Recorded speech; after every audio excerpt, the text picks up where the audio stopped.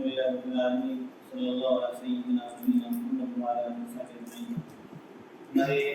इस अरसे में विरासत के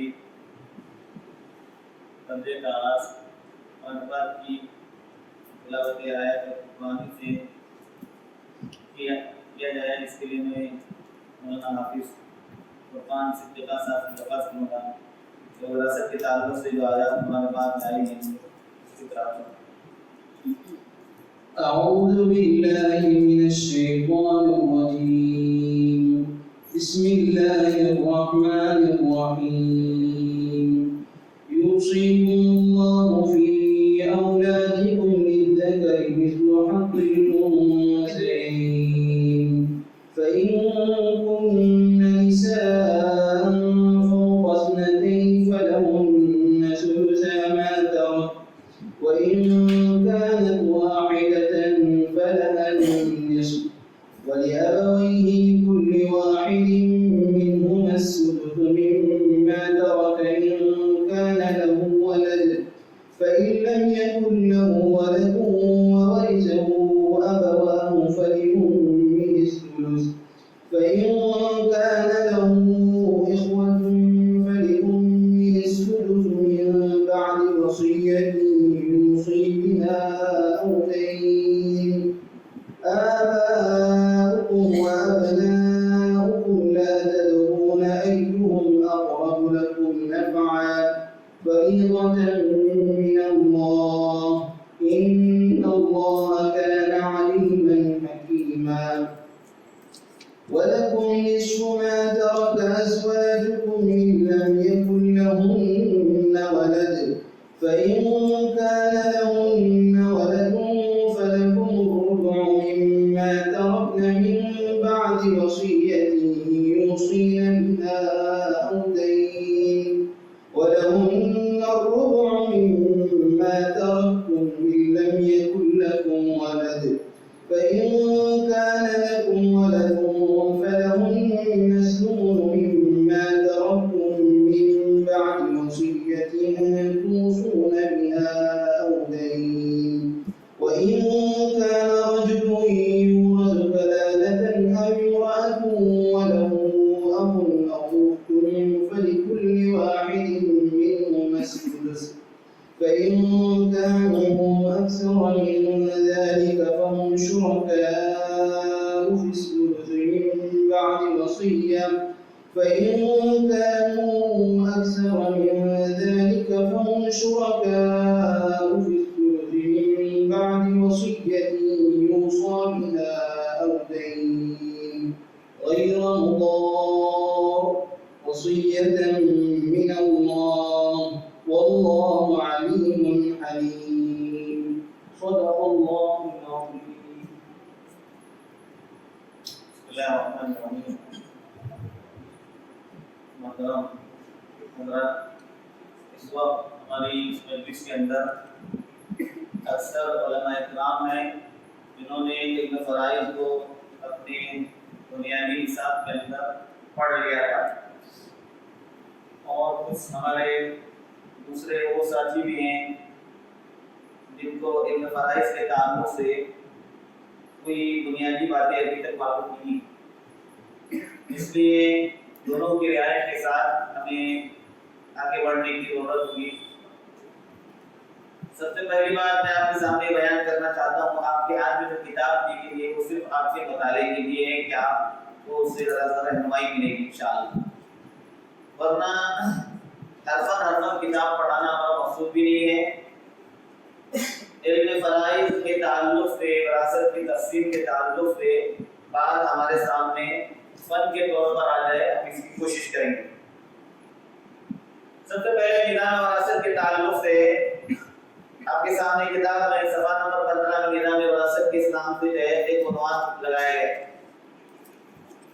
निज़ाम विरासत के ताल्लुक़ से आप तफ़सील उसमें पढ़िए। बुनियादी बात यह है कि इस्लाम और दूसरे मज़ाहिब के अंदर विरासत के ताल्लुक़ से बहुत बड़ा फ़र्क।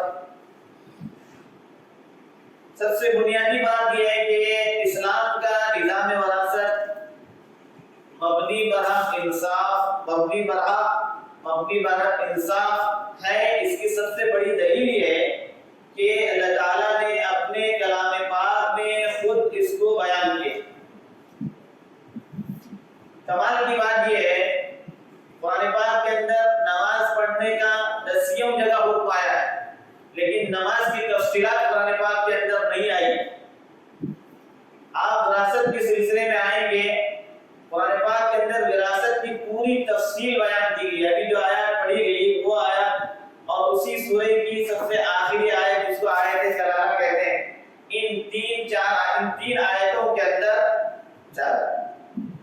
آیتوں کے اندر وراثت کے نظام کو بڑی تفصیل سے اللہ تعالیٰ نے خود بیان کیا ہے، نام لے کر بیان کیا ہے کہ کسی کے انتقال پر جو اس کے موجود رشتہ دار ہیں ان کو کیا کیا دیا جائے گا۔ دوسری بات یہ ہے کہ جب اللہ تعالیٰ نے خود اس کی تفصیل اپنے کلام پاک میں بیان کی ہے تو جب ہم دیکھتے ہیں دوسرے جو نظام ہیں ان نظاموں کے اندر اور اسلام کے نظام کے اندر فرق یہ ہے کہ یا تو دوسرے نظاموں کے اندر طاقتوروں کو مالا مال کر دیا گیا، کمزوروں کو محروم کر دیا گیا۔ اسلام کے اندر ایسا نہیں ہے۔ دوسرے نظام کے اندر مردوں کو مالا مال کیا گیا، عورتوں کو محروم کیا گیا۔ دوسرے نظاموں کے اندر بڑے کو مالا مال کیا گیا، چھوٹوں کو محروم کیا گیا، بچوں کو محروم کیا گیا۔ یہ اسلام کے اندر ایسا نہیں ہوا، بلکہ اسلام کے اندر سب کا حق پورے طور پر دیا گیا۔ بنیادی طور پر اسلامی نظام وراثت میں سب سے زیادہ جو اعتراض کیا جاتا ہے وہ یہ ہے کہ اسلام کے اندر عورتوں کو جتنا حق دیا گیا اس سے دگنا حق مردوں کو دیا گیا۔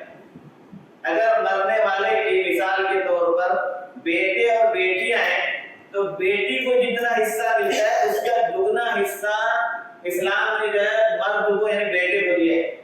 یہ اس کو عام طور پر لوگ ناانصافی سمجھتے ہیں، حالانکہ ہم لوگ بالکل خالی ذہن ہو کر جب سوچتے ہیں اور اس پر غور کرتے ہیں تو یہ بات ہمارے سمجھ میں آ سکتی ہے کہ جب اسلام کا یہ نظام اللہ تعالیٰ اپنی طرف سے قیامت تک کے لیے نافذ کر رہے تھے، اللہ کی طرف سے یہ آیت کریمہ نازل ہو رہی تھی، اس وقت معاشرے کا جو حال تھا اس معاشرے کو دیکھنے کی ضرورت تھی۔ اس معاشرے کے اندر عورت اپنے تمام حقوق سے محروم تھی، اس کو کسی طرح کا کوئی حق نہیں دیا جاتا۔ اسلام نے آ کر اس کا حق دیا، بتلایا کہ عورت کو بھی اس کا حق دیا جائے۔ دوسرے نظاموں کے اندر جو یہ تھا کہ عورت کی اگر شادی ہو گئی ہے، شادی کے وقت اس کے والد نے اس کو کوئی سونا یا کوئی چیز دے دی جہیز کے طور پر، وہ لے کر چلی گئی، اب اس کے بعد اس کے والد یا اس کی والدہ کے انتقال کے بعد کچھ نہیں ملے گا۔ لیکن اسلام نے ایسا نہیں کیا۔ آپ شادی کے موقع سے اپنی بیٹی کو خوشی سے جو دے وہ آپ کی مرضی، لیکن انتقال کے بعد بیٹی کا باضابطہ طور پر اسلام نے حق ثابت کیا کہ بیٹی کو بھی مرد کے برابر یعنی مرد کی طرح سے حق دیا جائے گا۔ طرح سے یعنی جتنا مرد کو اتنا عورت کو نہیں۔ ایک سوال ہے کہ عورت کو جو ہے آدھا کیوں دیا ہے؟ اس کو سمجھنے کی ضرورت ہے۔ بنیادی بات یہ ہے کہ دیکھیے عورت پر اسلام میں کوئی ذمہ داری اخراجات کے لحاظ سے واجب نہیں۔ جب تک وہ اپنے گھر میں باپ کے گھر میں رہے گی اس کے پورے اخراجات کی ذمہ داری اس کے باپ کی، اس کے رہائش کا، اس کے کھانے پینے کا، اس کے کپڑوں کا، اس کے دوا علاج کا، شادی تک اس کا پورا خرچ اس کے باپ کے ذمے ہے، اس کے سرپرست کے ذمے۔ پھر جب شادی ہو جاتی ہے، نکاح ہو جاتا ہے، تب نکاح ہونے کے بعد اس کے پورے اخراجات کا ذمہ دار اس کا شوہر ہوگا۔ اس لحاظ سے عورت پر اپنی طرف سے اس کو کچھ خرچ کرنے کی کوئی چیز ہی نہیں۔ دوسری بات یہ ہے جو بھی مال اس کو ملتا ہے وہ اس کے پاس پورا کا پورا جو ہے کہ رکھا ہوا رہتا ہے۔ مرد کا معاملہ ایسا نہیں ہوتا۔ مرد کے ذمے یہ ہے کہ اگر وہ خود باپ ہے وہ خود اپنی بچیوں کی شادی کرے، اگر وہ بڑا بھائی ہے تو اپنی بہنوں کی شادی کی ذمہ داری بھی اس پر عائد کی گئی۔ وہ خود اپنی شادی کر رہا ہے تو شادی کے وقت اس پر ایک فرض عائد کیا گیا کہ اپنی بیوی کو مہر دے دے۔ अच्छी खासी रकम महर में देनी पड़ती। शादी होने के बाद बीवी के तमाम तरह अखराजात मर्द के जिम्मे वाजिब होते। इन सब लिहाज से जब देखा जाता है, औरत को सिर्फ मिलता है, उसको खर्च करना नहीं पड़ता, जबकि मर्द को जितना मिलता है उससे कहीं ज्यादा उसको खर्च करना पड़ता है। इसकी सीधी सीधी मिसाल देखिए, एक आदमी का इंतकाल हो, उसके वरसा में फर्ज कर लीजिए एक बेटा और एक बेटी, और बाप ने मिसाल के तौर पर 3 लाख रुपए छोड़े। सीधी सी बात है, बाप के वरसा में, मरने वाले के वरसा में एक बेटा और एक बेटी है। इस्लाम के कानून के मुताबिक बेटी को जो है 1 लाख रुपया मिलेगा और बेटे को 2 लाख रुपया मिलेगा। जितना बेटी को मिला उससे दुगना बेटे को मिला। अब ये बेटी बाप की विरासत से उसको 1 लाख रुपया मिला। अब इसकी शादी हो रही है। शादी होने के बाद शादी के पूरे अखराजात इस भाई के जिम्मे आ गए। अगर भाई घर का बड़ा, बाप का इंतकाल हो गया, ये भाई अपनी बहन के अखराजात का जिम्मेदार बन जाएगा।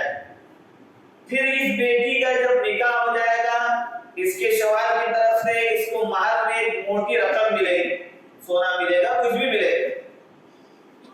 इधर से 1 लाख रुपए इसका सेविंग हो गया, महफूज हो गया। उधर से जो महर में जो मिला वो भी महफूज हो गया। फिर वो शादी के मौके से जो जेवरात, जो तोहफे तारीफ मिले, वो भी पूरा इसकी मिलती है। शादी का खर्च भी इसके जिम्मे नहीं। शादी होने के बाद इसके जितने अखराजात हैं, खाने पीने के, रिहाइश के, लिबास के, तमाम अखराजात इसके आने वाले जो शौहर है उसके जिम्मे आयद करती है। जितना कुछ मिला उसका 1 लाख रुपया भी रखा हुआ है, बाकी दूसरी चीजें भी रखी हुई है। जहां तक इस बेचारे एक भाई का मामला है, इसको 2 लाख मिले। अब 2 लाख में उसको खुद अपनी शादी करनी है। मैं फर्ज कर लीजिए, अगर वो नहीं कमा रहा है उसको अपनी भी शादी करनी, और अगर बेटी का, बहन का वो बड़ा भाई है तो उसके जिम्मे अपनी बहन के भी अखराजात आए। अपनी शादी करेगा, शादी के अखराजात भी उसके जिम्मे। जो बीवी अपने घर में लाएगा उस बीवी को जो है महर देना इसके जिम्मे अलग से। बीवी आने के बाद बीवी के तमाम तरह अखराजात इसके अपने शौहर पर जिम्मे। तो इस लिहाज से आप देखिए, बीवी पर है, लड़की पर कुछ भी उसके लिए खर्चा करना नहीं था और लड़के पर पूरा खर्च करना था। इस लिहाज से अगर हम देखते हैं, इस्लाम ने औरत के साथ जिस तरह का अच्छा सलूक किया है, इतना अच्छा सलूक किसी ने नहीं किया। जो भी माल उसको मिलेगा उसका अपना है, उस पर कोई चीज खर्च करना फर्ज नहीं है। ज़कात की मिकदार को माल पहुंचने के बाद 2.5% ज़कात वो तो उस पर भी है, मर्दों पर भी है। बाकी वो सदका और खैरात करे, किसी को अपनी तरफ से खुशी से दे, उसकी अपनी मर्जी। अगर वो नहीं देती है तो उस पर तो कोई खर्चा ही नहीं है। पूरा का पूरा है कि एक लिहाज से जो है लड़की के पास महफूज रहता है। इस लिहाज से अगर हम गौर करते हैं तो औरत को जो मिलता है विरासत की तकसीम के लिहाज से, इस्लाम ने उसको जो दिया है वो उसकी जिम्मेदारियों से कुछ ज्यादा ही उसको दिया है। ये मबनी पर इंसाफ होने की सबसे बड़ी दलील है। दूसरा मसला हमारे यहाँ इस वक्त है कि मिरास के हुक्म की जो हैसियत है, जो कुरान पाक में मिरास का जो हुक्म दिया गया है, ये फर्ज है, इसके अंदर आगे पीछे करने की कोई गुंजाइश नहीं। सीधे डायरेक्ट कुरान के अंदर वो हुक्म बयान किया गया है किसको कितना दिया जाएगा। फिर जो कुछ बातें रह गई थी उसको अल्लाह के नबी सल्लल्लाहु अलैहि वसल्लम ने अपने अहादीस मुबारका में बयान कर दिया। चुनांचे वारिसीन में किसी को उसके हक से महरूम करने का किसी को भी हक नहीं पहुंचता, हत्ता कि वालिदैन भी अपने बच्चों को अपनी विरासत के हक से महरूम नहीं कर सकते।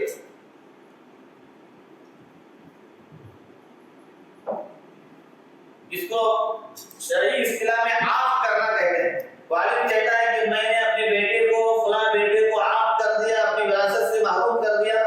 अक्सर उलमा के नजदीक वो अगर कह भी जाए तो उसकी ये बात काबिल कबूल नहीं है, उसको विरासत मिलकर रहेगी। ये इसलिए कि अल्लाह की तरफ से ये हुक्म जो है दिया है।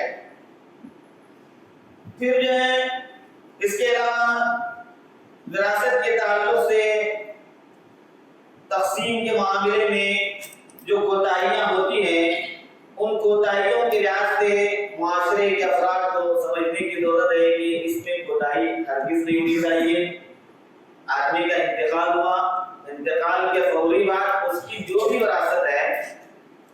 زیادہ ہو کم ہو، اس کی تمام وراثت کو تقسیم کے مرحلے سے گزارنا ضروری ہے۔